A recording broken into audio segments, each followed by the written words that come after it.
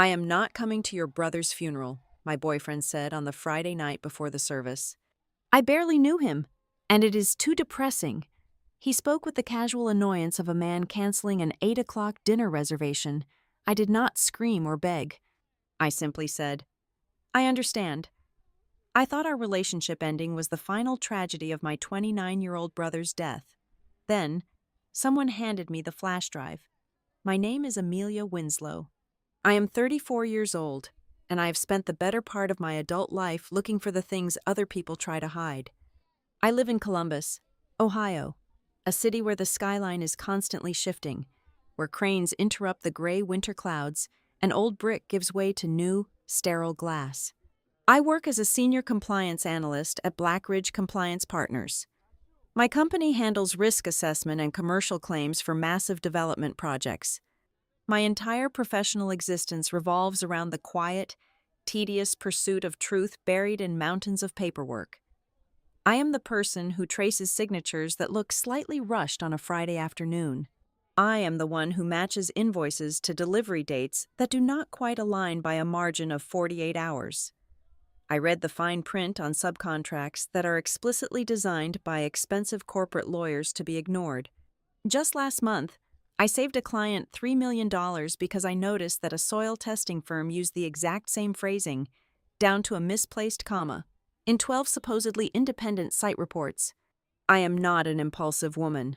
I'm not loud, and I have never been the type of person who actively seeks out a war. I find comfort in order, in the predictable consequence of a breached contract or a failed inspection. I like facts. Facts do not raise their voices. Facts do not gaslight you. Facts do not lie. My brother, Declan Winslow, was 29 years old, and he chased a very different kind of truth. He was a freelance investigative reporter, a regular and fierce contributor to a local independent outlet called the Lantern Dispatch. While I sat in a climate-controlled office on the 14th floor staring at dual monitors, Declan was out in the freezing rain, knocking on the doors of decaying apartment complexes in neighborhoods the city council preferred to forget. He wrote about housing inequalities. He wrote about low-income tenants being forced out by aggressive out-of-state landlords. He specialized in exposing those massive redevelopment deals that looked beautiful on glossy promotional brochures, but were absolutely filthy behind the scenes. We were close, Declan and I, though not in the loud, overly demonstrative way some siblings are. We did not need to talk every single day to know where we stood. We had a quiet, enduring understanding. We could sit in the same room for 3 hours on a Sunday afternoon, drinking black coffee, reading completely different things, and feel perfectly anchored by each other's presence. He used to call me his transcript sister. Do not argue with Amelia, he would tell our parents over dinner on Thanksgiving. She has the memory of a court stenographer. She knows exactly who said what, at what volume, and in what context 6 months ago. He meant it as a compliment, and I always took it as one. We were both investigators, just operating on opposite ends of the corporate spectrum. I protected the institutions from their own careless mistakes. He protected the vulnerable people the institutions tried to crush. I loved him for his fire, even if I preferred the quiet safety of my spreadsheets. Then there was Grant. Grant Holloway was 36 years old, and he lived his life as if he were constantly being filmed for a high-budget promotional video. He was the director of strategic partnerships at Lattice Urban Ventures, a rising urban real estate development firm that was aggressively buying up half the commercial real estate in the city. Grant was incredibly polished. He was aggressively charismatic, possessing the kind of smooth, unhesitating cadence that could make a terrible, greedy idea sound like a visionary masterstroke for the community. He always knew exactly where to stand in a room to catch the best lighting. He knew exactly who to shake hands with first at a gala, and he knew how to laugh at a wealthy investor's mediocre joke just enough to make the older man feel like a comedic genius. On the surface, Grant and I looked like the perfect modern couple. Our friends constantly told us how well we balanced each other out. He was the ultimate social creature. I was the grounding force. He networked effortlessly, shaking hands and securing dinner reservations at fully booked restaurants weeks in advance, while I provided the stability, The quiet, organized harbor he could return to when the performance was finally over for the night. I let him take up all the space in the room because I genuinely did not want it. I liked observing. I thought his ambition was attractive. I thought his smooth exterior was just a necessary, hardened tool for survival in his cutthroat industry. I mistook his rehearsed charm for genuine confidence, and his calculated attention for love. But Declan never bought into the performance. My brother had an innate radar for predators, a sense honed by years of interviewing corrupt landlords, evasive city officials, and corporate shell company directors. He only met Grant twice before he rendered his absolute verdict. I remember the second meeting perfectly. It was a Tuesday evening in late October, raining hard enough to blur the streetlights outside my apartment window. Grant had dropped by to bring me takeout. He ended up staying for 45 minutes, pacing my living room while talking on his phone, and then talking to us about a new luxury loft project. He used empty corporate words like synergy, urban revitalization, and demographic realignment. Declan had sat on my sofa, his worn canvas jacket still on, silently drinking a beer, watching Grant maneuver through the space as if he were trying to sell my own living room back to me. After Grant kissed my cheek, grabbed his umbrella, and the front door clicked shut behind him, Declan set his bottle down on the wooden coffee table. The silence in the apartment felt suddenly heavy. "I am just going to say it," Declan said, his tone casual but his dark eyes dead serious. "That man could sell his own shadow if he packaged it nicely enough." I sighed, carrying the empty takeout containers toward the kitchen sink. "You do not even know him. Declan. He is just stressed about this new zoning approval." "I know the type," Declan replied, leaning forward, resting his elbows on his knees. "He is slick. Too slick. He looks at you, but he is always checking the exits. He could sell his own shadow, Amelia, and he would not lose a single second of sleep over the fact that he left himself standing in the dark." "You are just allergic to public relations people," I said, turning on the faucet. "And you inherently distrust anyone who wears a tailored suit that costs more than your entire car." "I am allergic to people who do not have a pulse when they speak," Declan countered, his voice rising just a fraction. "He is all surface, Amelia. There is nothing holding the walls up inside. It is just a facade. I interview guys like him every week. They smile, they shake your hand, and then they sign the paper that bulldozes your neighborhood." I turned off the water and looked at my brother. "He is not bulldozing anything. He is a partnerships director. He literally just organizes meetings and glad hands investors. You are projecting your housing articles onto my boyfriend." Declan held my gaze for a long moment before grabbing his jacket. "Just keep your eyes open. Transcript, sister. That is all I'm asking. Do not let him edit your notes." I completely brushed off the warning. I told myself that Declan was just being an overprotective younger brother. I reasoned that the friction between them was simply a natural, unavoidable clash of ideologies. The gritty, underpaid journalist versus the wealthy corporate developer. It was a classic cliché, and I refused to let it dictate my romantic life. I truly believed that Grant's rough edges, his occasional bouts of shallow vanity, and his obsession with public image were harmless flaws. I thought he was just a man playing a rigid corporate game he was paid very well to win. I trusted my own judgment above all else. After all, my entire career, my entire identity was built on meticulously evaluating risk and spotting hidden dangers. I looked at Grant Holloway, analyzed our shared history, and decided he was a completely safe investment. I failed to see the warning signs flashing right in front of my face because I was looking for the wrong kind of fraud. I was looking for forged signatures and financial discrepancies, completely blind to the fact that a person's entire character could be fabricated from the ground up. The call came on a Tuesday morning. It was raining, a freezing, relentless Ohio downpour that turned the sky the color of wet concrete. I was sitting at my desk, halfway through a 400-page commercial fire claim. I was looking at a photograph of a charred warehouse beam, trying to determine if the sprinkler system had been disabled prior to the blaze or destroyed by it. My desk phone did not ring. It was my personal cell phone vibrating against the wood. The caller ID showed my mother. She never called during work hours unless it was an absolute emergency. I picked it up. I said hello. I heard a sound that did not even register as human at first. A raw, tearing noise that seemed to originate from the bottom of her lungs. Then, she managed to form the words. From the exact second she said he was gone, my body stopped being a biological organism and became a machine. I felt a sudden, violent hollowing out, as if a surgeon had reached inside my ribcage and cleanly removed every vital organ, leaving only a functioning shell. I calmly saved my fire claim spreadsheet. I locked my computer. I walked to my supervisor's office, stood in the doorway, and stated that there had been a family tragedy. I rode the elevator down to the lobby. I walked to my car in the rain. I did not cry. My brain had immediately initiated emergency protocols, shutting down the emotional centers to keep the physical body moving forward. The details came in sterile fragments over the next few hours. He was driving back from a meeting with a source late Monday night. It was past 1 in the morning. The highway was slick with rain and oil. The police report concluded there was absolutely no sign of foul play. The tires lost traction. The car hydroplaned, spinning out of control across 2 empty lanes before striking the concrete median barrier at roughly 60 miles an hour. The front end crumpled. The airbags deployed exactly as manufactured.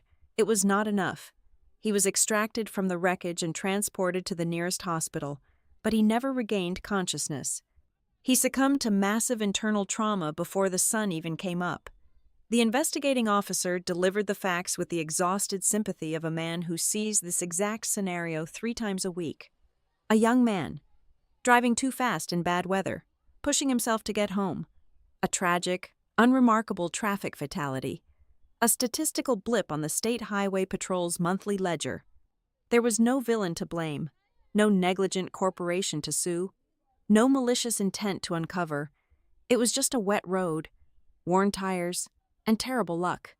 That was the official narrative, and it was so painfully ordinary that it made the loss feel even more suffocating. I stepped directly into the role of the person handling everything that came after my brother's death. Someone had to steer the ship because my parents were entirely unmoored. The funeral was scheduled for Saturday. The days between Tuesday and Saturday blurred into a continuous, gray tunnel of logistics. I handled the funeral home director, negotiating the absurd costs of caskets and viewing rooms with the same detached precision I used when disputing padded contractor invoices. I sorted through the paperwork. I went to my parents' house and located my father's dark gray suit, dropping it off at the dry cleaners because he could not remember how to drive his own car.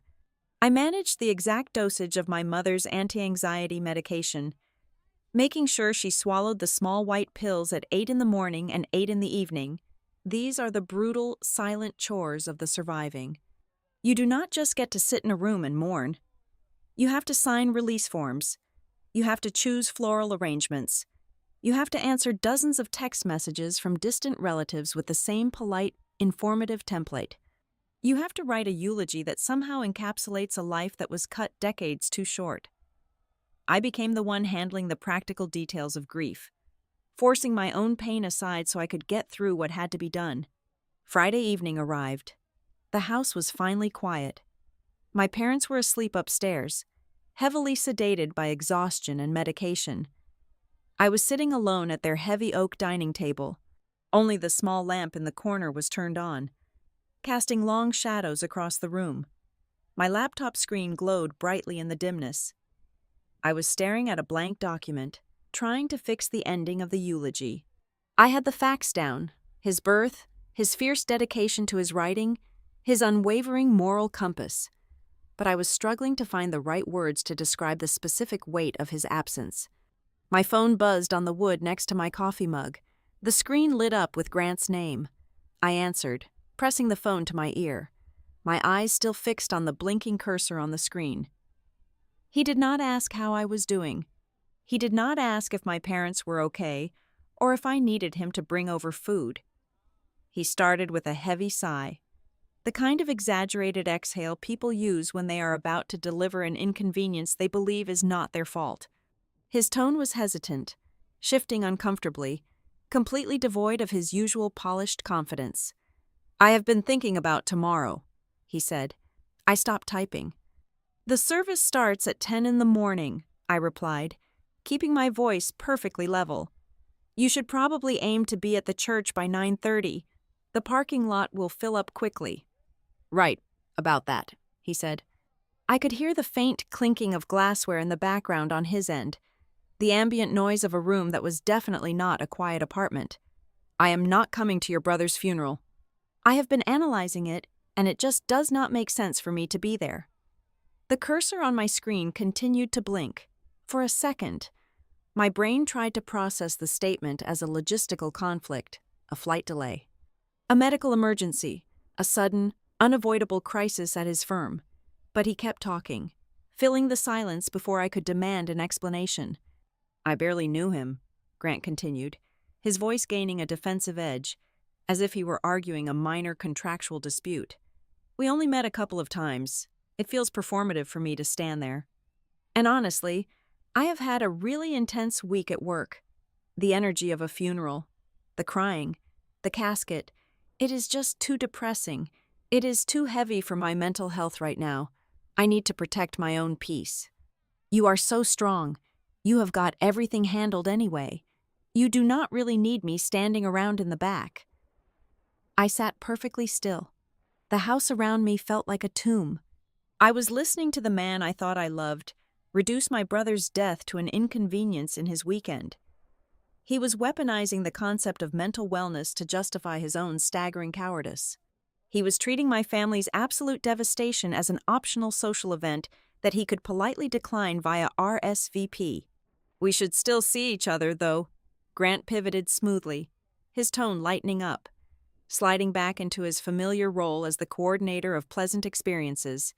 "I was thinking, I can get us a table at that new Italian place downtown. Sunday night? Say, 7 o'clock? We can get some good wine, eat some decent food, and just take your mind off everything. It will be a great way to make you feel better." He said it with such casual confidence, as if my grief was just a temporary bad mood that could be cured by a reservation and a plate of expensive pasta.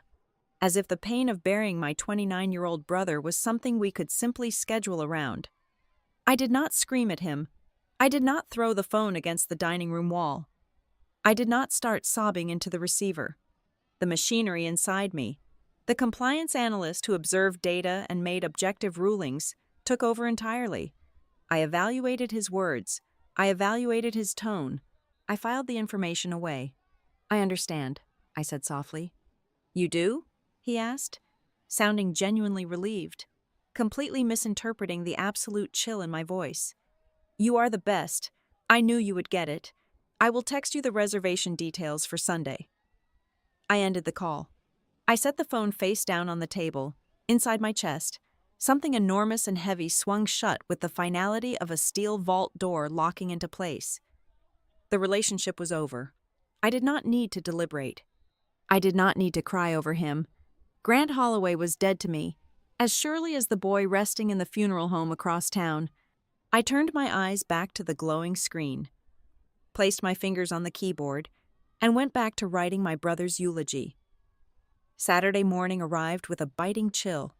I put on a simple, unstructured black dress, the kind of garment designed to be entirely invisible.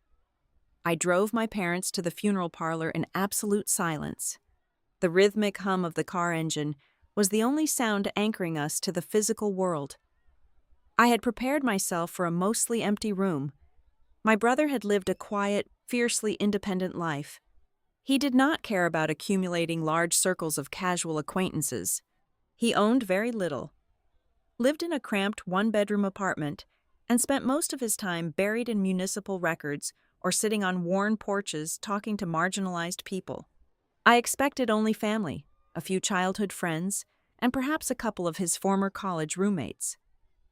We walked through the heavy double doors of the viewing room, and I stopped completely in my tracks. The parlor was overflowing. There were not enough chairs. People were standing lined up against the wood-paneled walls, spilling out into the carpeted hallway. It was a sea of unfamiliar faces, and they did not look like the polished, polite crowds that usually attend family wakes. I saw a neighborhood pastor wearing a faded collar. I saw two retired firefighters standing rigidly near the back, holding their dress caps against their chests. I saw a group of construction workers in heavy denim jackets, their hands rough and stained with primer, speaking in hushed, respectful tones. A frail woman who looked to be in her late 70s approached me. She had a trembling grip, but when she took my hands, her hold was astonishingly tight. She told me her name was Mrs. Gable. She said that 2 years ago. Her landlord had tried to illegally evict her in the middle of a freezing January by shutting off her building's water supply. Declan had sat on her living room floor for 3 days, documenting every single violation, calling city inspectors relentlessly until the heat and water were restored. He had personally helped her file the lawsuit that kept her in her home. As I moved through the room, shaking hands and accepting condolences, a profound realization washed over me. I had always known my brother was a journalist. I had known he wrote impactful stories, but I had failed to comprehend the sheer magnitude of his existence. He did not just observe the world through a keyboard. He actively inserted himself into the lives of people who had no one else to fight for them. He was a shield.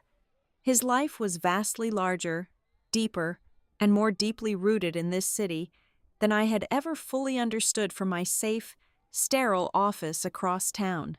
And in the middle of this overwhelming testament to my brother's character, the absence of Grant Holloway was a gaping, physical void. It was not just that he was missing, it was that his non-presence felt almost aggressive. In a room filled with strangers who had driven hours just to honor a man who had written an article about them, the empty space beside me where my partner of 2 years should have been standing screamed for attention. A few extended relatives and family friends approached me, their eyes darting to my left and right, quietly asking where Grant was. They expected him to be managing the coats, getting water for my mother, or simply standing by my side offering silent support. He could not make it, I told them. I kept my voice flat, offering no further explanation, refusing to construct a lie to protect a man who refused to protect me. I let the awkward silence hang in the air until they politely changed the subject. When it was time, I walked up to the wooden podium to deliver the eulogy. I looked out at the faces of my devastated parents, the weeping tenants, the stoic firefighters. I spoke about the little boy who used to take apart our family radio just to see how the voices got trapped inside. I talked about his relentless curiosity. I shared the reality of receiving his late-night phone calls, the way he would excitedly ramble about a broken zoning law at 2 a.m. because he could not wait until sunrise to expose a terrible injustice. I told the room that Declan always showed up. He showed up when it was inconvenient. He showed up when it was dangerous. He showed up when it was heartbreaking. My voice cracked on the final sentence. My throat tightened, threatening to close completely. I gripped the edges of the podium, dug my fingernails into the polished wood, forced a breath into my lungs, and stood completely firm. I finished the speech without shedding a single tear. After the formal service concluded, the crowd slowly began to filter out toward the burial site. I was standing near the doorway, arranging the guest book, when Mara Ellison walked up to me. She was the managing editor of the Lantern Dispatch, a sharp-eyed woman in her 50s who had mentored Declan for years. Her eyes were red, but her posture was strictly business. She wrapped her arms around me in a brief, fierce hug. When she pulled back, she kept one of her hands closed over my right palm. I felt something small, hard, and metallic press into my skin. "He asked me to hold on to something," Mara whispered, her voice barely carrying over the ambient noise of the departing guests. Her eyes darted around the room for a fraction of a second, checking to see who was standing near us. "He told me, if anything bad ever happened to him, and he could not publish the piece he was working on, I was supposed to give this directly to you." I looked down. Resting in the center of my palm was a standard, silver USB flash drive. It was scratched along the casing, a completely unremarkable piece of technology. I closed my fingers over it, slipping it silently into the deep pocket of my black coat. I nodded at Mara. She gave me one last, intensely significant look before turning and walking out the door. The rest of the afternoon was a blur of damp earth, lowered ribbons, and the agonizing finality of the cemetery. By the time I finally returned to my own apartment, the sun had set, plunging the city into darkness. I was physically and spiritually exhausted. I dropped my keys on the counter, unzipped my dress, and collapsed onto the living room sofa in the dark. Out of pure, mindless habit, I picked up my phone from the cushion. I opened my social media feed. The very first thing that loaded at the top of my screen was a public story update. It was Grant. The video showed him standing on a luxurious rooftop patio. The city skyline sparkled brightly behind him. He was wearing a sharply tailored, light gray suit, the kind of outfit you wear when you want to be the center of attention. He was holding a crystal coupe glass filled with an amber cocktail, laughing effortlessly at something someone off-camera had said. He raised the glass toward the lens in a cheerful toast. The caption, typed across the bottom of the video, read, "Protecting the peace and enjoying the perfect Saturday views. Cheers to the weekend." He looked completely carefree. He looked exactly like a man who had absolutely nothing weighing on his conscience. He looked like a man who had not just abandoned his grieving girlfriend on the darkest day of her entire life. I stared at the glowing screen for 5 full minutes. I did not immediately block his number. I did not send him a furious text message demanding an explanation. I did not pack his spare clothes into a garbage bag and throw them into the hallway. My reaction was far colder, far more clinical than that. I realized in that exact moment that the graveyard I had visited earlier that afternoon was not the only place where I had buried something permanent. That funeral parlor, that cold patch of earth, and this dark, quiet apartment had become the sites where I systematically buried every single ounce of trust I had ever held for the man I once thought would stand beside me when the world fell apart. The grief for my brother remained, a massive, unmoving mountain in my chest, but the grief for my relationship vanished instantly, replaced entirely by a sharp, calculating clarity. I reached into my coat pocket, pulled out the scratched silver USB drive, and turned on my laptop. The screen of my cell phone lit up at exactly 9 o'clock on Sunday morning. A bright, cheerful notification chime briefly shattered the heavy, suffocating silence of my living room. I stared at the glowing rectangle resting on the edge of the kitchen counter. It was a message from Grant. He was casually asking if we were still on for Italian food at 7 o'clock that evening. He framed the question with the breezy, effortless tone of a man confirming a routine weekend date, completely erasing the monumental reality that less than 24 hours prior, I had watched a wooden box holding my younger brother descend into the cold earth. I did not type a reply. I felt absolutely no urge to draft a furious, emotionally charged response. I did not want to engage in a bitter argument over text messages, nor did I want to demand an apology he was clearly incapable of giving. My silence was not a calculated tactic. It was not an impulsive attempt at petty retaliation. I simply possessed absolutely nothing left to say to a person who had voluntarily and cleanly excised himself from the most agonizing chapter of my entire life. By noon, he sent another message, asking if I was asleep. By 3 o'clock in the afternoon, he tried calling twice, leaving no voicemails. When Sunday evening passed and I remained entirely unreachable, his approach shifted from faux concern to defensive irritation. On Monday morning, he sent a massive block of text accusing me of punishing him. He claimed he had merely established a reasonable personal boundary for his own psychological well-being, and that my silent treatment was a toxic, immature reaction to a mature decision. By Wednesday, his social circle began to form a perimeter around his narrative. His older sister sent me a text urging me to be reasonable, telling me that grief makes people lash out at those who love them most. A mutual friend left a voicemail suggesting I was actively sabotaging my support system because I was blinded by sorrow. I listened to the voicemail in the quiet of my kitchen, my expression entirely flat. Then, I placed the phone face down on the granite countertop, physically and mentally turning my back on the manufactured drama. I walked over to my work bag, reached into the side pocket, and pulled out the scratched silver drive Mara Ellison had pressed into my palm after the funeral. I sat down at my small dining table, opened my laptop, and inserted the device into the side port. The computer chimed, recognizing the hardware, and a small folder icon appeared on my desktop. I double-clicked the icon, and a massive, meticulously organized digital labyrinth opened before me. This was the inside of my brother's brain. The directory was packed with dozens of subfolders. There were audio recordings labeled with dates and first names.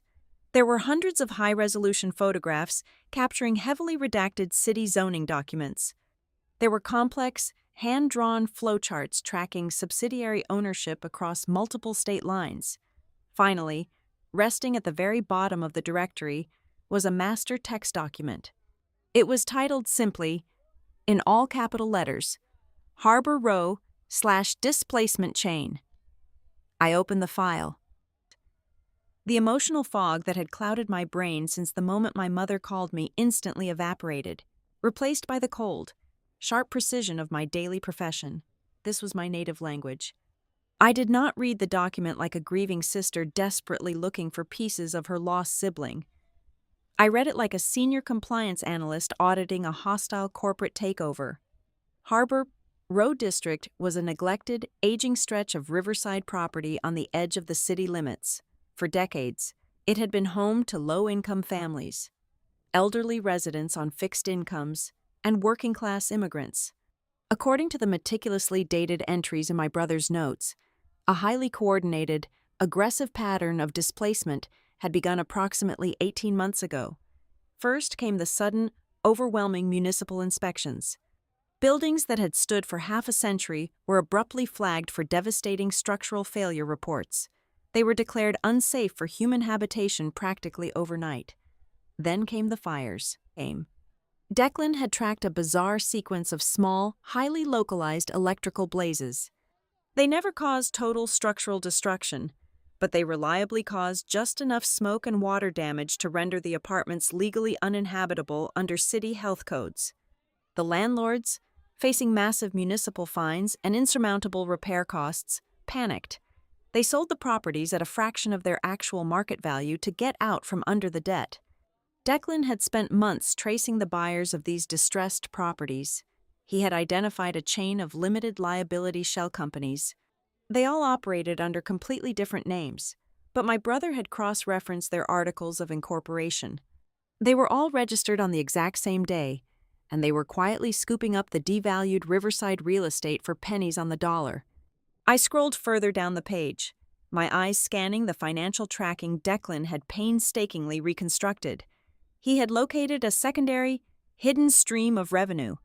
Once the shell companies successfully acquired the land, they immediately hired external consultants for vague, poorly defined environmental impact and urban integration surveys. The invoices were massive, bloated well beyond standard industry rates. The money flowed out of the mysterious shell companies and was routed directly back to Lattice Urban Ventures. I stopped scrolling. My hand froze over the trackpad. Lattice Urban Ventures was the firm where Grant worked as the director of strategic partnerships. The silence in my apartment felt suddenly oppressive, broken only by the low hum of the refrigerator. I stared at the screen, the blue light reflecting in my eyes, and continued reading through paragraphs of interview transcripts and cross-referenced permit numbers. At the very bottom of the 80-page document, separated by a hard page break, was a section of hastily typed personal notes. These were not polished journalistic observations meant for publication. They were rough, immediate thoughts Declan had hammered out into the keyboard, perhaps right after a frustrating phone call or a tense, off-the-record meeting. My eyes locked onto a single, isolated line of text near the very end of the page. It read, "Grant knows more than he admits. Called from private number. Asked who gave me the tenant packet." The air in my lungs turned to ice. A violent, physical chill rushed down my spine, settling heavily in my stomach. I read the sentences 4 times, tracing the letters with my eyes, ensuring my mind was not playing a cruel trick on me. There was absolutely no ambiguity in the syntax. There was no room for misinterpretation. Grant knows more than he admits. Grant called from a private number. Grant asked who gave me the tenant packet. My mind snapped back to Friday evening, to the moment I sat at my parents' dining table working on the eulogy. Grant had told me, in a tone dripping with casual detachment, that he barely knew my brother. He had claimed they had only interacted a couple of times, that a funeral felt performative, and that the environment was simply too depressing for someone who had no real connection to the deceased. But right here, glowing brightly in the center of my dead brother's final, hidden notes, was irrefutable, undeniable proof of a secret, adversarial relationship they had been speaking behind my back. Grant had actively secured a burner phone or utilized a blocked caller identification line specifically to reach out to Declan without leaving a digital footprint. He had interrogated an investigative reporter, my brother, about a leaked packet of sensitive tenant complaints. He lied to me. He lied to me while my brother was lying on a stainless steel table in the county morgue. He lied to me while I was picking out a casket. He did not avoid the funeral because the concept of death was too heavy for his delicate mental health. He avoided the funeral because he was deeply intrinsically involved in the exact story Declan was threatening to expose. He stayed away because the viewing room was packed with the very tenants he was actively trying to displace, the sources who might recognize his face, and the editor who knew exactly what my brother had been working on. I sat back in my chair, staring blindly at the white wall behind my laptop. The profound, paralyzing grief that had weighed me down since Tuesday morning began to undergo a violent chemical reaction. It did not disappear, but it hardened. It compressed itself into something entirely different. It turned into a cold, terrifying, and infinitely patient rage. I was no longer just a mourning sister dealing with a cowardly, insensitive boyfriend. I was a senior compliance analyst looking at a man who thought he had successfully buried his problems, completely unaware that he had just handed the shovel directly to me. The overhead fluorescent lights on the 14th floor automatically dimmed at exactly 7 o'clock in the evening. This was the building's automated protocol, a silent signal that standard operating hours had concluded and the corporate world was supposed to go home. The massive open-plan office of Black Ridge Compliance Partners emptied out entirely, leaving behind only the low, continuous hum of the climate control system and the faint blinking of server lights in the distance. I remained seated at my desk. My dual monitors cast a harsh, pale blue glow across my face in the dim room. I was not crying. My hands were not shaking. I was doing exactly what I had been trained and highly compensated to do for my entire adult life. I was following the paper trail. I began my hunt in the public databases. I pulled state business registrations, property transfer deeds, changes in corporate ownership, the postal codes of subsidiary holdings, the names of registered legal agents, and the commercial insurance payout forms tied directly to the Harbor Row addresses. I did not chase the overwhelming emotion threatening to crush my chest. I compartmentalized the profound betrayal, locking it away in a dark corner of my mind, and used the adrenaline purely as fuel to power my focus. My professional skills clicked into their highest possible gear. I stitched together incredibly complex, multi-layered timelines. I laid digital copies of structural assessments side by side on my two screens. I zoomed in to 200% magnification to cross-reference the exact curvature of the structural engineer's signatures, looking for the telltale hesitation marks of a forged document. I scanned hundreds of pages for linguistic anomalies. In my line of work, you learn very quickly that fraud is rarely loud or spectacular. It is almost always a lazy, repetitive copy-and-paste job. Liars reuse their best lies because inventing new fabrications requires too much ongoing mental energy. Within 2 hours, I found identical, highly specific phrasing used in 5 supposedly independent hazard reports filed by completely different local inspection firms. Phrases like accelerated foundational degradation and compromised load-bearing integrity appeared in the exact same paragraph order, complete with the same misplaced semicolon in the third sentence. Then, the financial pattern began to crystallize before my eyes. I identified 3 separate limited liability companies that had aggressively purchased the Harbor Row houses immediately after they received their municipal hazard flags. On official state records, they were entirely distinct corporate entities. However, When I dug past the primary registrations and looked at their state tax filings, the illusion shattered. All three companies shared the exact same post office box located in a neighboring county. They all utilized the signature of the same obscure corporate accountant, who seemingly only filed paperwork on the 15th day of every month. More importantly, I traced their external vendor payments. The money trickled out through a dizzying labyrinth of small, vaguely named consulting firms, but it ultimately pooled into a vendor network that was indirectly managed by Lattice Urban Ventures. That discovery alone was enough to prove my brother's theory, but the most sickening revelation did not come from an external municipal database. It came from inside my own employer. While I was cross-referencing a commercial fire insurance payout related to a damaged apartment building on Harbor Row, I recognized a specific document registration number. It was the distinct alphanumeric code for a standard risk assessment report processed by Blackridge Compliance Partners. My company had evaluated the site. I immediately logged into our secure internal intranet. I bypassed my standard clearance dashboard. Utilizing a master search function, I strictly reserved for high-level, internal audits. I pulled up the finalized Harbor Row risk report saved on our central servers. It was incredibly mild. The official document merely recommended minor safety upgrades, suggested a routine structural monitoring schedule, and cleared the property for rapid transfer of ownership. My heart beat a slow, heavy rhythm against my ribs. I switched my attention back to the silver flash drive plugged into my machine. I opened the draft version of the exact same report, the raw file my brother had managed to secure from his confidential source. The original draft was a glaring, undeniable red flag. It detailed severe, potentially catastrophic fire hazards regarding the outdated electrical grids in the buildings.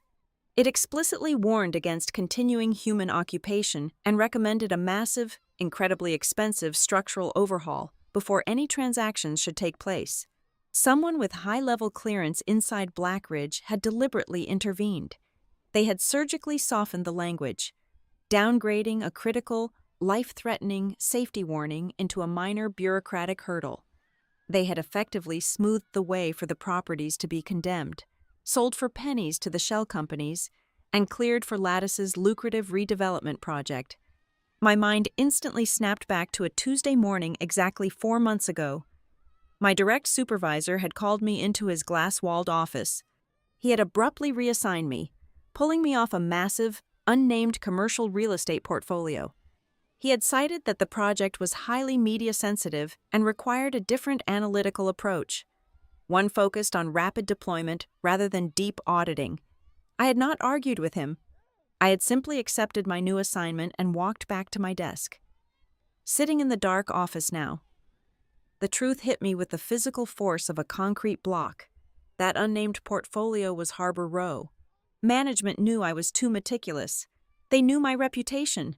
They knew I would never, under any circumstances, sign my name to those lethally altered safety reports. I took a slow, deep breath, tasting the stale, conditioned air of the office. I turned my attention fully back to Declan's silver drive, opening a subfolder labeled with archived email drafts. I scrolled through the correspondence until I found a message dated exactly 14 days before the fatal car crash. It was an official, journalistic request for comment. My brother had addressed it directly to Grant's corporate email account at Lattice Urban Ventures. In the body of the email, Declan had laid out the exact timeline of the suspicious electrical fires.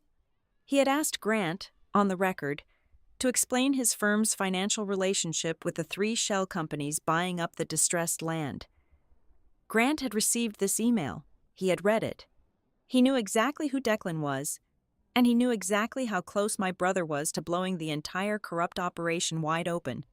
And yet, for 2 entire weeks, Grant had come to my apartment, slept in my bed, drank my coffee, and never breathed a single word about it to me. Finally, I opened the digital calendar Declan maintained for his freelance work. 3 days before he died on that slick, rain-soaked highway, there was a canceled appointment slotted for 8 o'clock in the evening. The note attached to the time slot was brief, typed in a hurried shorthand, but its implications were massive. It read, "G.H. wants off-record coffee. Says this is bigger than zoning." I leaned back heavily in my ergonomic chair. The dual monitors cast long, distorted shadows against the office wall behind me.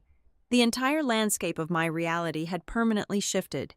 This was no longer just the pathetic story of a callous, self-absorbed boyfriend who could not handle the emotional weight of a funeral service. It was a sprawling, meticulously constructed network of corporate deceit, and the man I had loved was standing right at the center of the rot. Grant did not just casually know my brother through me. He was actively being investigated by him. He had tried to intercept the impending story. He had desperately tried to pull my brother into a private, off-the-record meeting to control the narrative and contain the inevitable fallout. When the car crash happened, Grant was handed the perfect, tragic excuse to simply disappear from my life. He avoided the funeral service entirely because he was absolutely terrified. He knew the viewing room would be packed with the displaced Harbor Row tenants, the angry whistleblowers, and the newspaper editors who knew exactly what Declan was working to unravel. Grant was not protecting his delicate mental peace. He was aggressively protecting his alibi. He was hiding from the living consequences of his own greed, and he was completely willing to use my devastating grief as his personal camouflage. I reached over, ejected the silver drive, and slipped it safely back into my pocket. I was no longer only a grieving sister. I had become someone with a purpose. The diner smelled of burnt coffee and industrial disinfectant. I sat in a vinyl booth near the back, facing the rain-streaked window. It was Wednesday evening, 3 days after I had unlocked the silver drive on my kitchen counter. Mara Ellison slid into the seat directly across from me. A moment later, she was joined by a woman who looked to be in her late 60s. Her name was Lorraine Pike. Lorraine possessed the weathered, unyielding posture of someone who had spent her entire life fighting for the space she occupied. She wore a thick, gray wool sweater and carried a frayed canvas tote bag overflowing with manila folders. She was a community organizer now. But before that, she had been a tenant. She was one of the very first people my brother had fiercely defended when the Harbor Row evictions began. "Declan was a good boy," Lorraine said, her voice raspy, wrapping her rough hands around a ceramic mug of black coffee. "He did not just take notes and leave. He stayed. He sat on the floor of my hallway when the landlord turned the heat off in the middle of January. He forced the city inspectors to look at us when everyone else wanted us to disappear." I thanked her quietly. Then, I bypassed the polite pleasantries. My patience for small talk had entirely evaporated over the last 48 hours. I reached into my coat pocket, pulled out my smartphone, and opened the saved image of Grant. It was the screenshot from his public social media update, the one where he was standing on the rooftop patio during my brother's burial, holding the crystal glass and celebrating the weekend. I placed the phone flat on the scratched table, sliding it slowly toward her. "Have you ever seen this man?" I asked. Lorraine did not even hesitate. She did not need to squint or pick up the device. It took her exactly 1 second to recognize the face. Her jaw tightened instantly, and she tapped a calloused index finger directly onto the screen, hitting Grant's perfectly white, smiling teeth. "I know him," she said, the temperature of her voice dropping to absolute zero. "He was at the community church basement about 6 months ago. They called it a resident transition meeting. He did not introduce himself as a corporate developer. He said he was a community liaison." "What did he do at the meeting?" I pressed, keeping my own voice perfectly level, suppressing the violent tremor threatening my hands. "He smiled," Lorraine replied bitterly. "He smiled, and he told us that our building was fundamentally unsafe.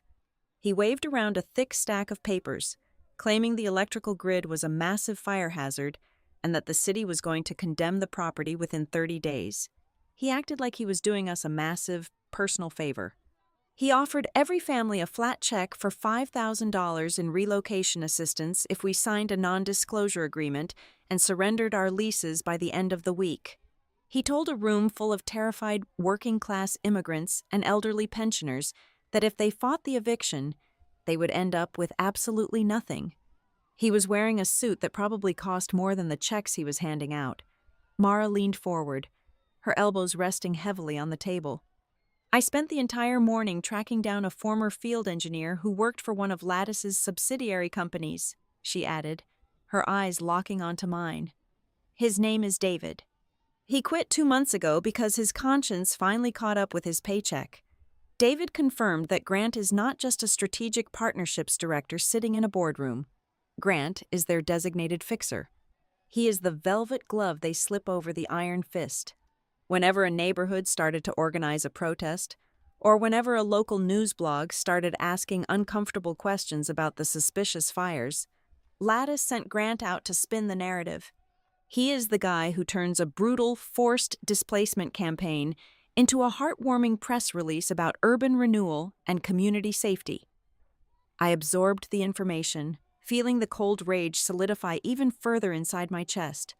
Grant had built his entire relationship with me on a foundation of absolute lies, presenting himself as a harmless, ambitious corporate networker. In reality, he was the smiling executioner of the Harbor Row community. Mara reached into her leather satchel and pulled out a small but rectangular digital voice recorder. It was heavily scuffed along the plastic edges.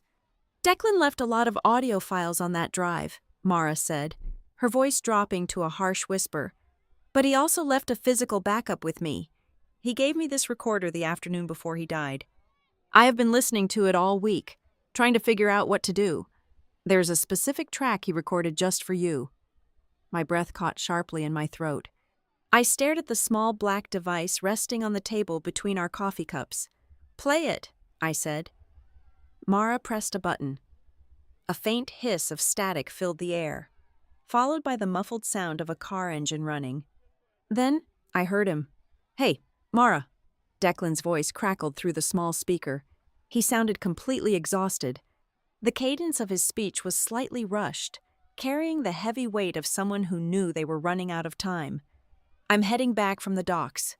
If things go sideways on this, and I do not get to file the draft, you need to take the raw data directly to my sister. Do not go to the police yet. Go to Amelia." I closed my eyes, letting the sound of my younger brother's voice wash over me. It was like a ghost reaching directly into the diner booth. "Amelia does not miss the small print," his recorded voice continued. "She does not get distracted by the noise. She is going to find the discrepancy in the compliance reports. I know she will." There was a brief pause on the recording. I could hear the rhythmic thumping of his windshield wipers against the glass, the same rain that would eventually claim his life on the highway. "And Mara," Declan said, his tone shifting into something intensely serious, something almost chillingly prophetic. "Watch her boyfriend. Grant knows we are circling his project. He knows I have the tenant packets. If anything happens to me, watch him carefully. If Grant shows up at the funeral and acts heartbroken, do not believe him. If he does not show up, believe him even less." Mara pressed the stop button. The diner was suddenly suffocatingly quiet. Lorraine was staring down at her worn hands. Mara was watching my face, waiting for me to shatter, but I did not shatter. The words struck me not with paralyzing grief, but with absolute, terrifying clarity. My brother had seen the entire board. He had anticipated Grant's cowardly reaction before the accident even occurred. Declan knew that the connection between them was so deeply adversarial that Grant would not be able to maintain his polished facade if a tragedy struck. The final piece of the puzzle locked firmly into place. I suddenly understood everything about that Friday night phone call. Grant did not skip the funeral because it was too depressing. He did not skip it because he wanted to protect his fragile mental health or because he felt awkward being around my grieving parents. He skipped the funeral because of the room itself. He knew exactly who Declan Winslow was. He knew that my brother's funeral would not be a quiet, private family gathering. He knew the parlor would be packed with the very people he had spent the last 18 months terrorizing out of their homes. He knew Lorraine Pike might be standing near the casket. He knew the fired engineers, the displaced tenants, and the investigative editors like Mara would be crowding the wooden pews.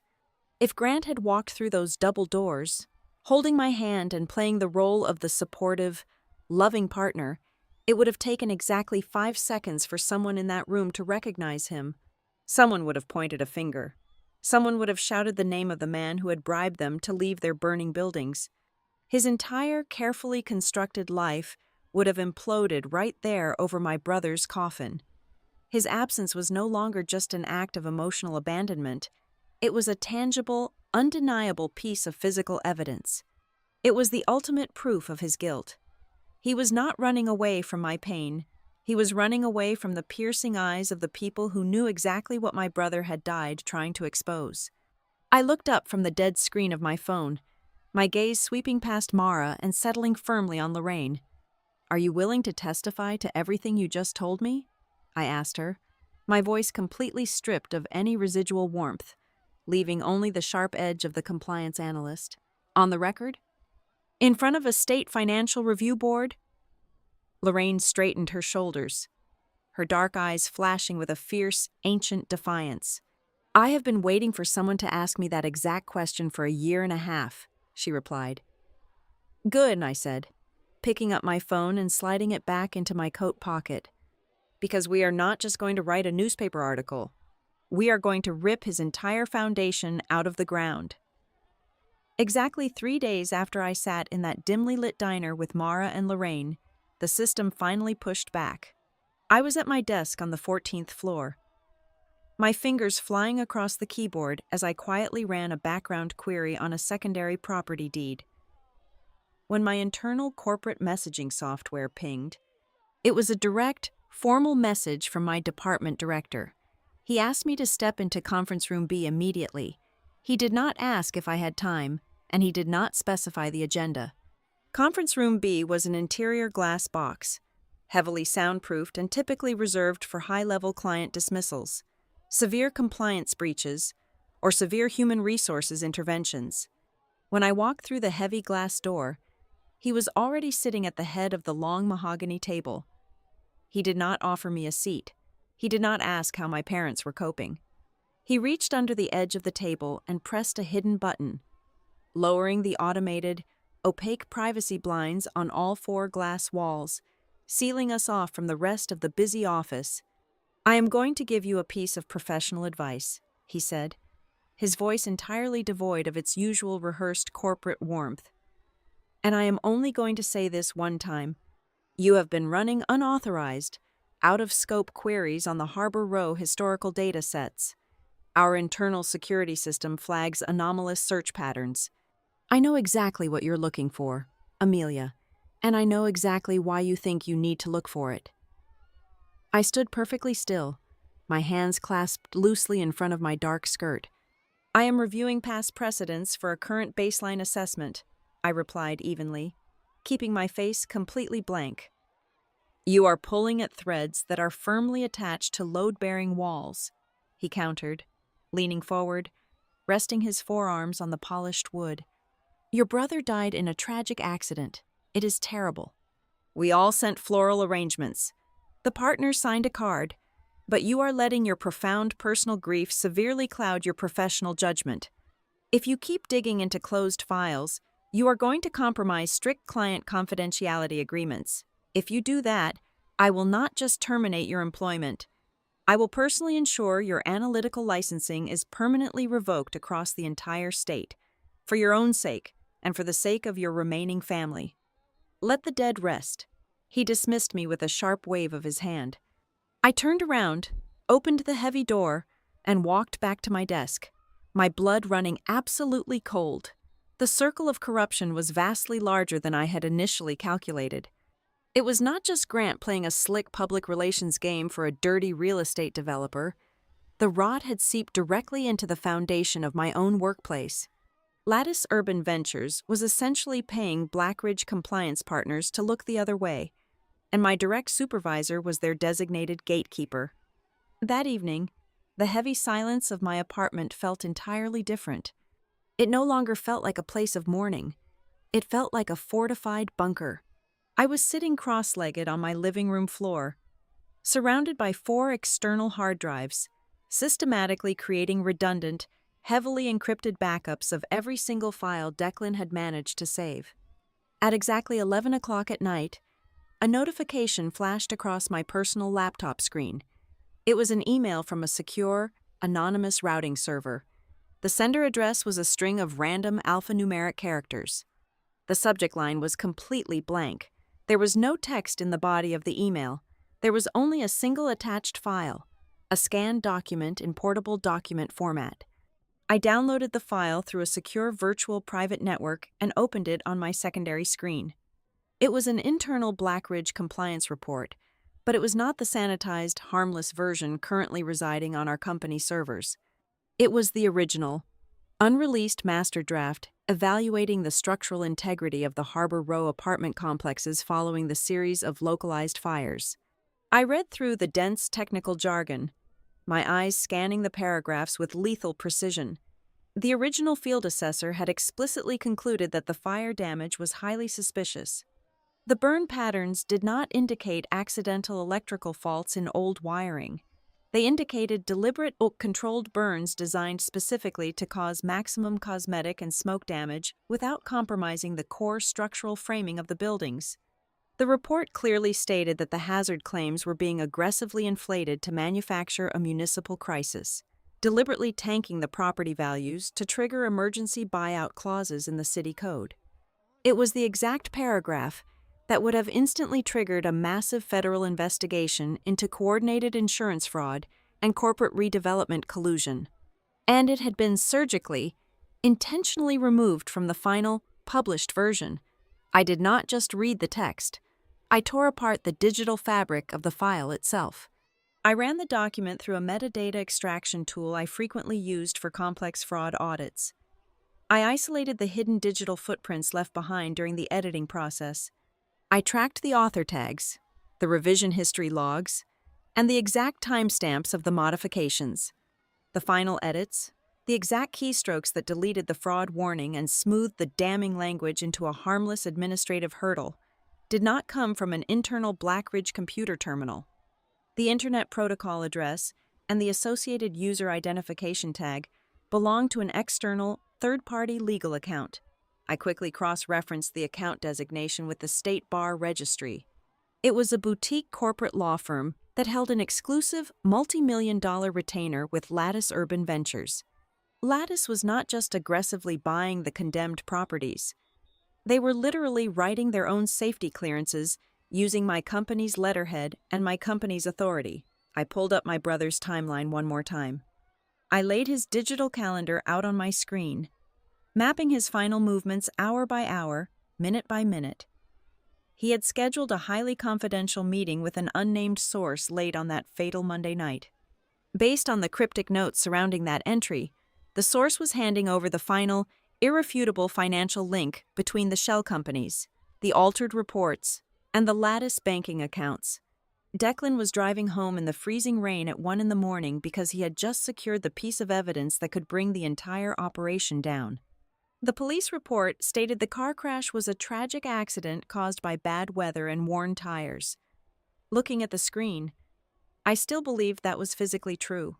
I did not think Grant or his corporate overlords had hired someone to physically run my brother off the slick highway. They did not need to be assassins. They simply had to apply enough pressure to make him desperate, to force him to drive exhausted through a massive storm in the middle of the night to protect his sources and his story. His death might not have been a calculated murder, but it was the direct, undeniable result of his proximity to their lethal secret. He died because he was closing in on them. I sat back against the fabric of my sofa, staring at the glowing screens illuminating my dark apartment.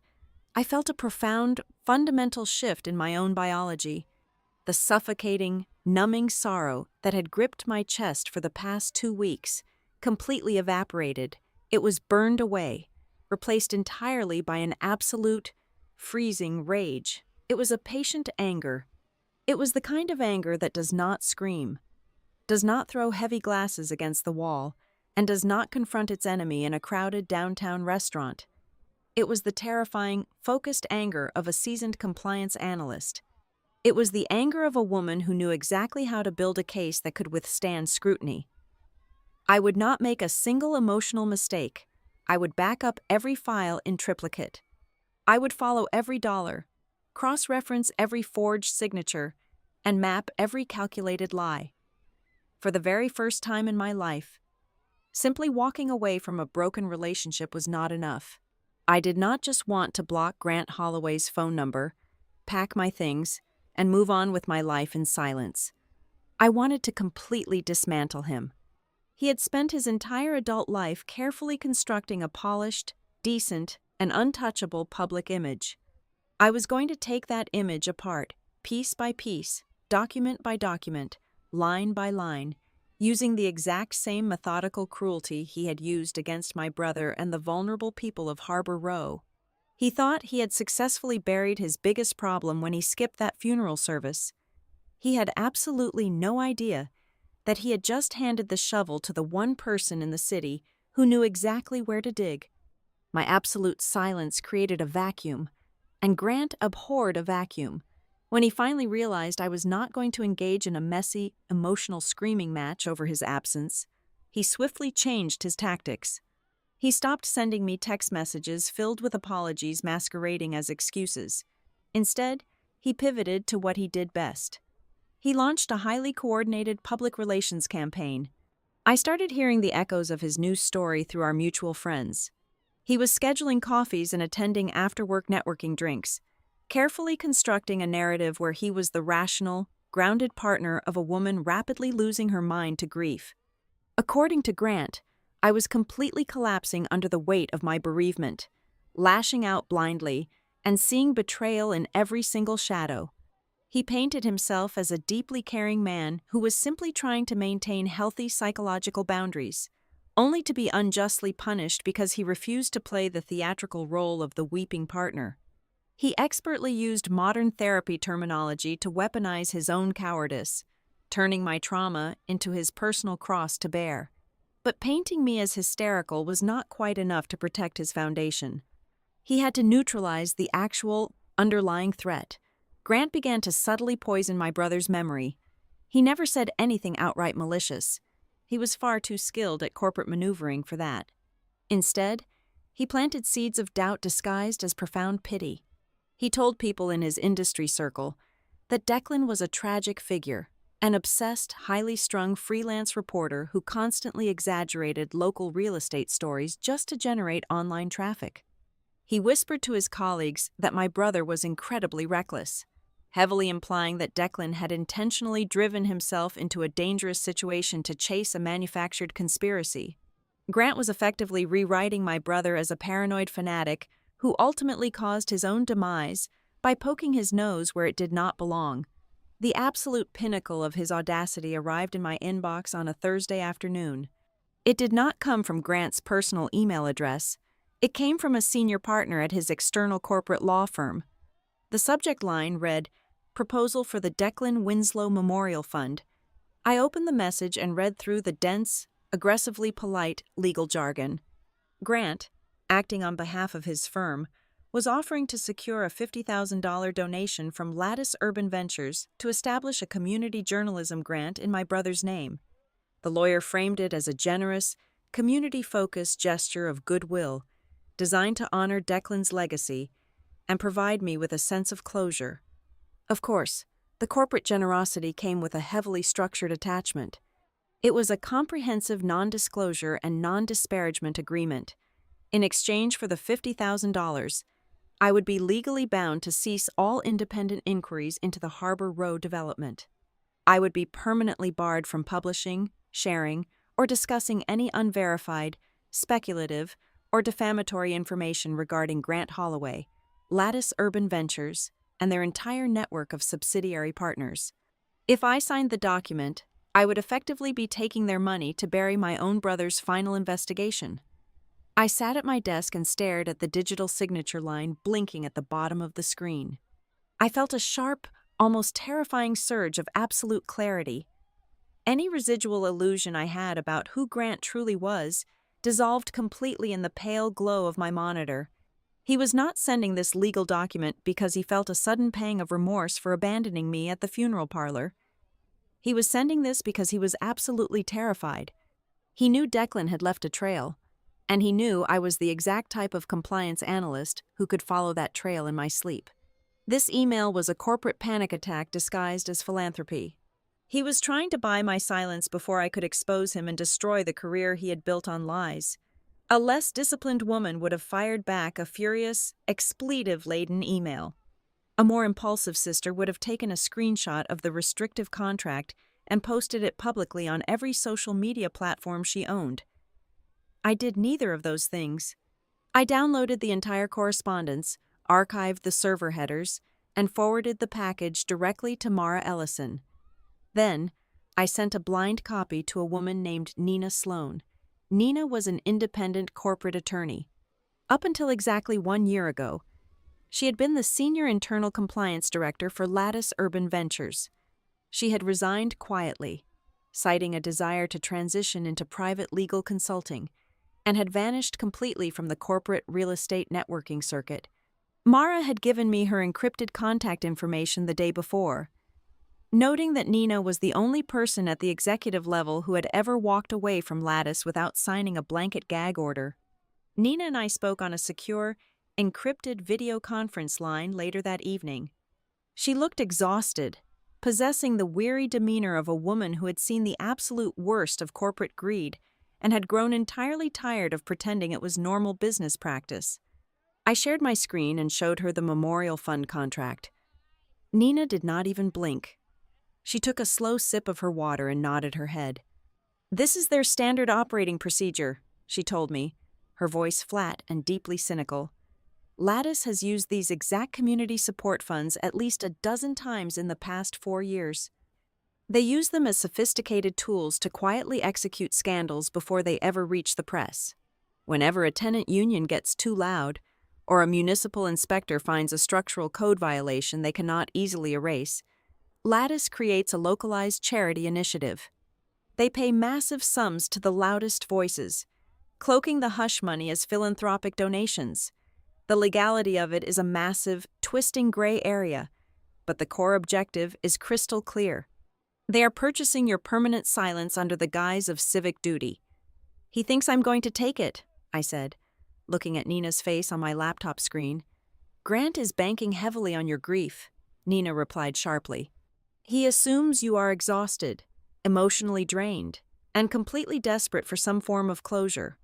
He thinks wrapping a corporate bribe in your dead brother's name will confuse your moral compass, just long enough for you to sign away your only leverage." I looked back at the drafted legal documents sitting on my desktop.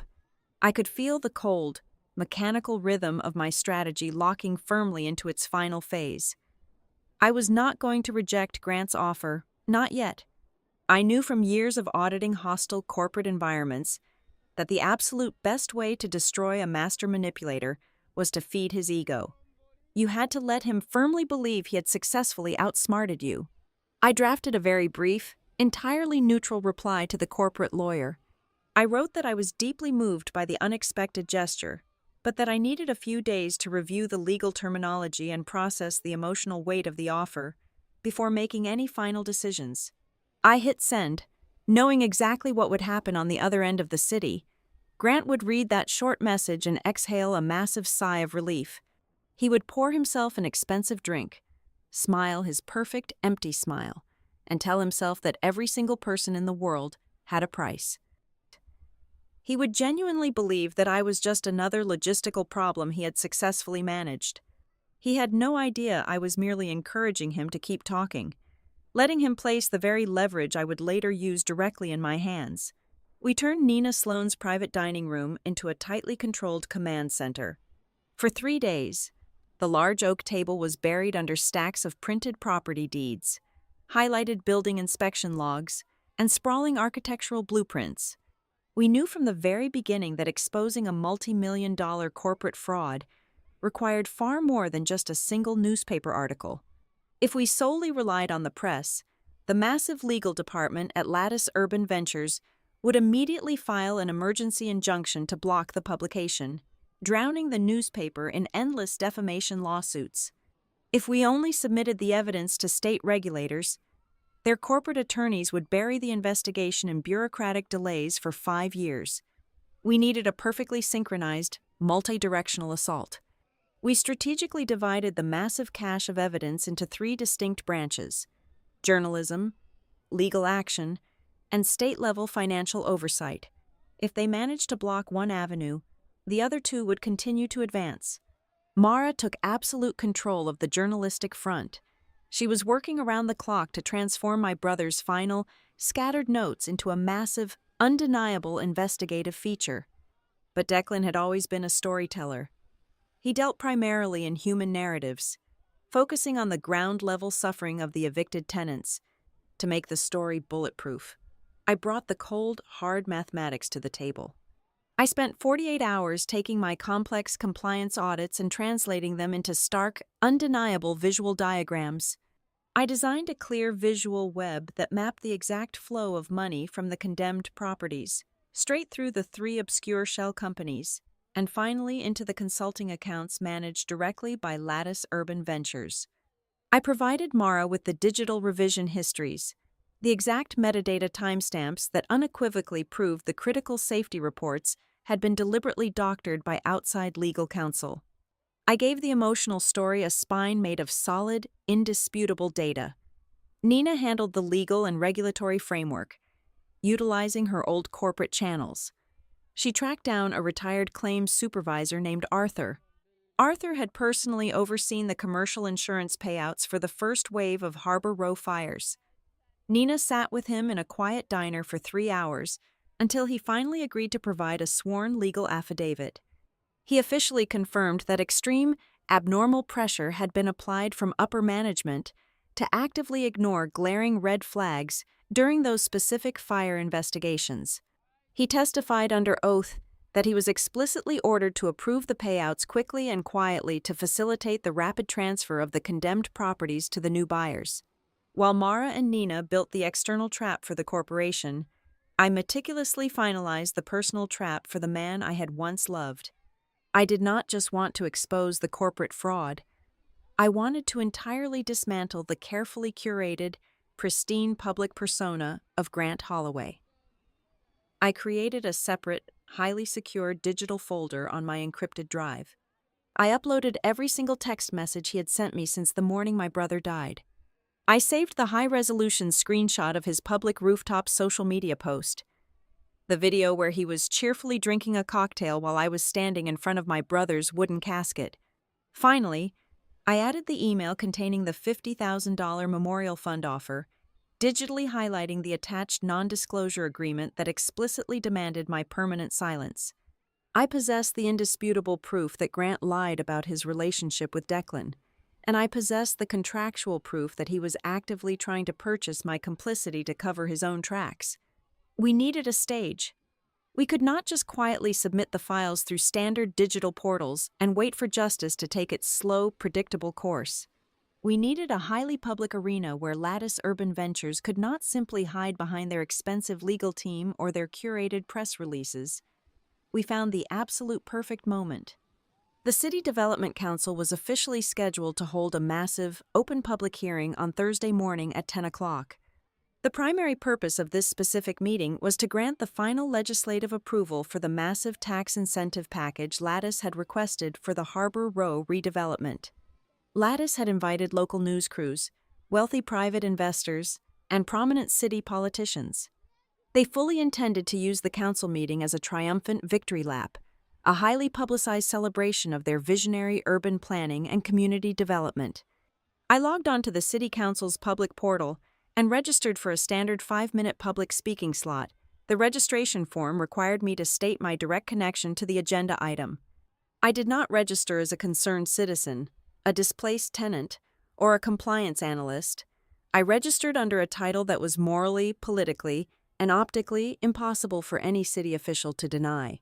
I registered as the immediate family member of a deceased local journalist who had been actively investigating the Harbor Row project at the exact time of his fatal accident.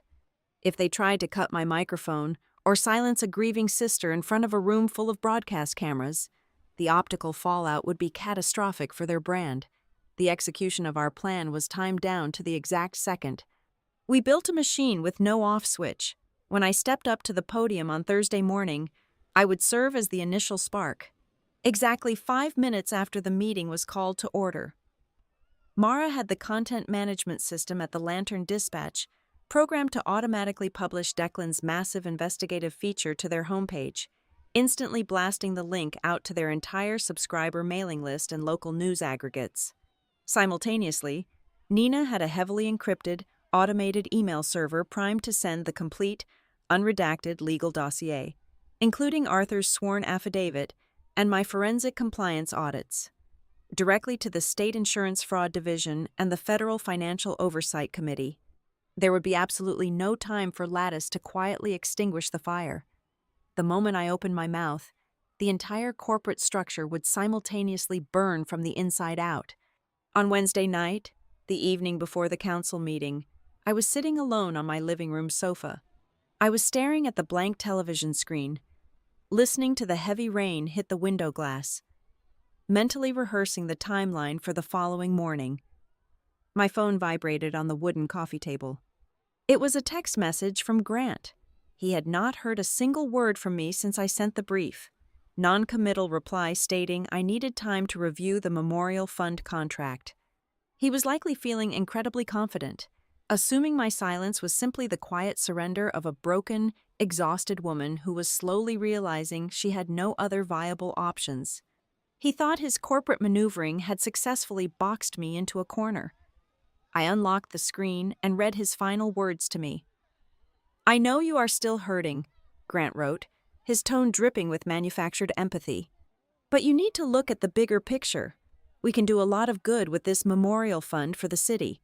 You still have time to make the right choice. You can choose healing instead of destruction." I stared at the glowing letters in the dark room. He was still flawlessly playing the role of the benevolent, patient savior. He genuinely believed he was offering me a generous lifeline, completely oblivious to the fact that he was already standing dead center in the trap I had spent the last 2 weeks meticulously building around him. His absolute arrogance was staggering. I did not reply to his message. I did not give him the satisfaction of an argument, nor did I offer him a single hint of the absolute devastation heading his way. I simply took one final screenshot of his message, saved it directly to the master folder containing his lies, and turned off my phone. He wanted to talk to me about destruction. He had absolutely no idea what the word meant, but tomorrow morning, I was going to give him a permanent education.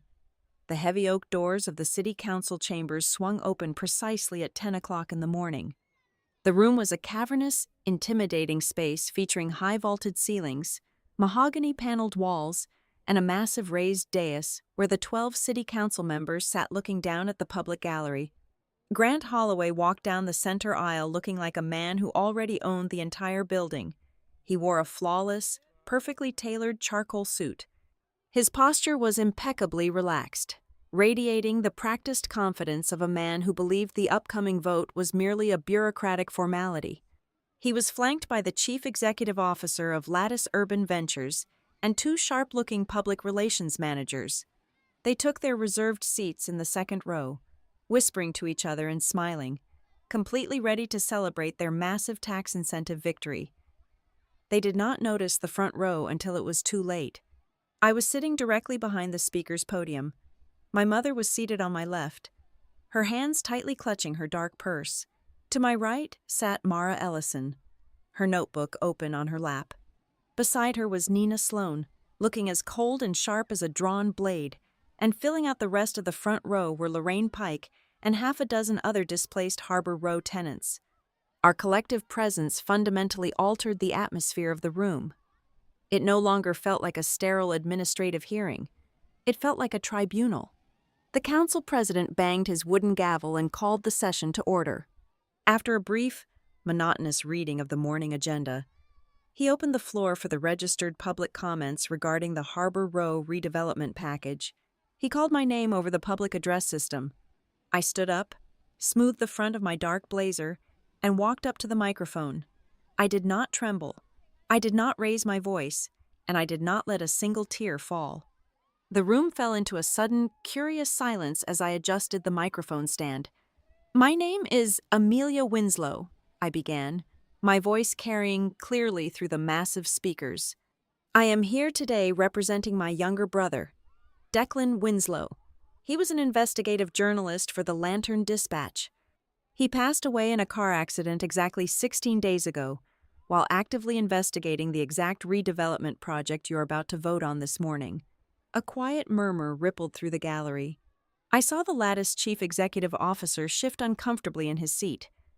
Grant just stared at me, his perfect smile freezing into a rigid, confused mask. The director of strategic partnerships for Lattice Urban Ventures recently told me that he could not attend my brother's funeral because the environment was simply too depressing, I continued, turning my body slightly so I could look directly into Grant's eyes. He claimed he barely knew my brother. That was a lie. He did not avoid the funeral because of his fragile mental health. He avoided it because he was hiding. I did not give them a second to object. I opened my legal binder and began dismantling their empire piece by piece. I laid out the exact timeline of the suspicious fires.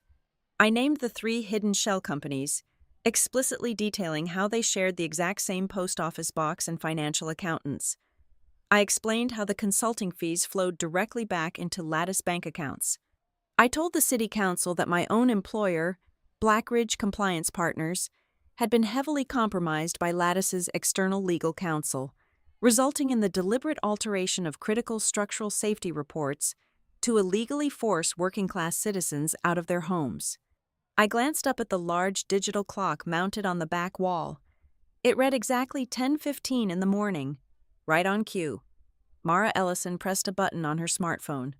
A split second later, a low, synchronized buzzing sound erupted across the entire room. Dozens of cell phones belonging to journalists, city officials, and corporate aides began vibrating simultaneously.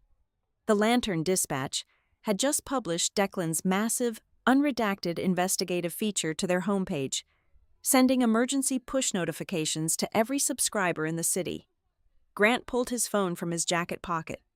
I watched his eyes scan the screen.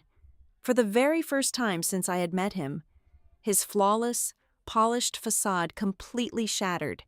The color rapidly drained from his face, leaving him looking sickly and terrified.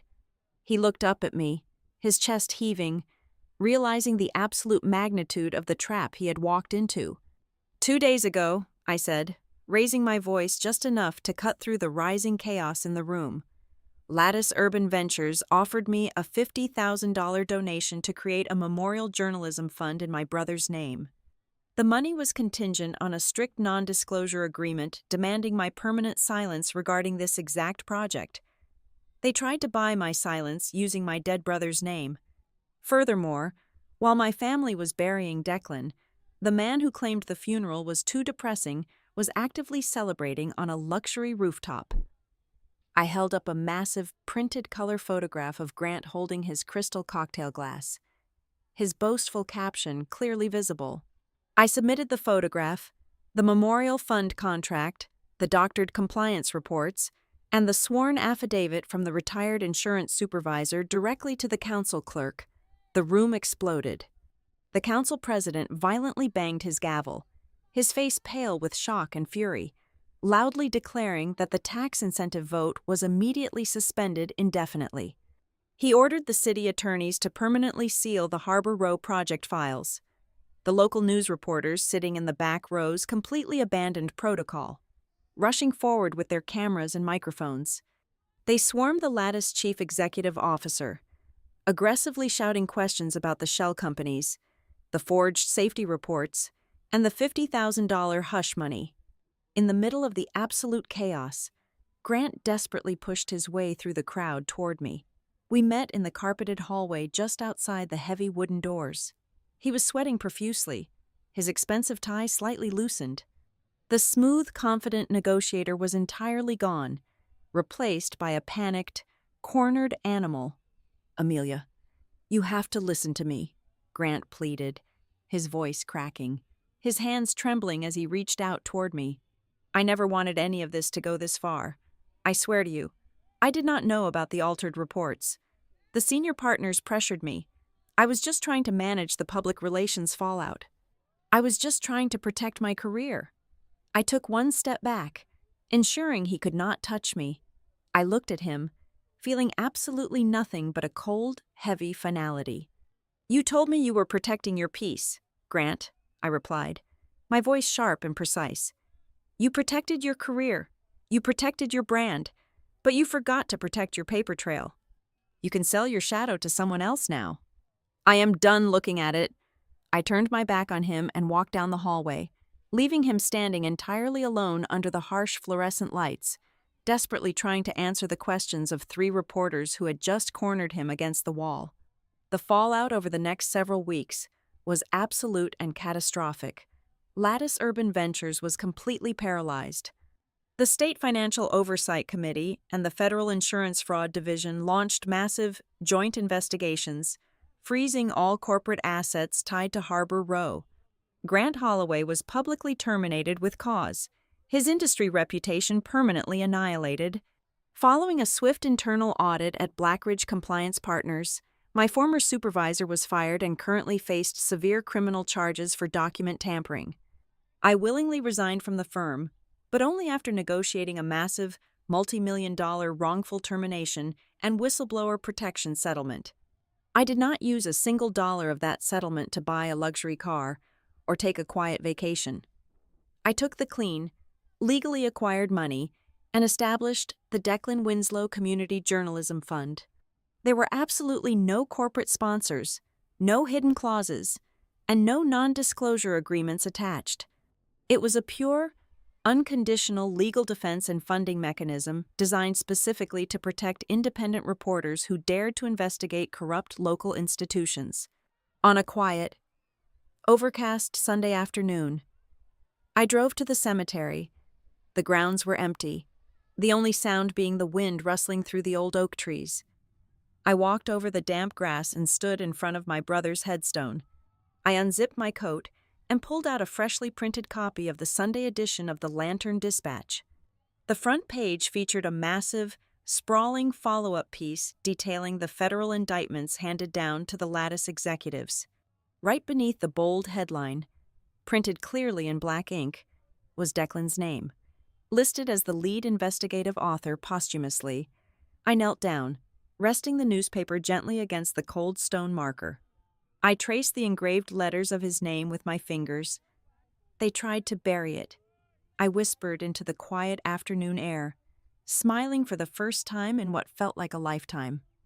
They really tried, but your story was too heavy for them to carry. Declan, and this time, nobody could package the truth to make it look pretty. Thank you for listening to this story. Please let me know in the comments where you are listening from so we can interact and share our thoughts. Do not forget to subscribe to the Amelia Revenge Stories channel, like the video, and support us by hitting the hype button so the story in this video can be heard by more people.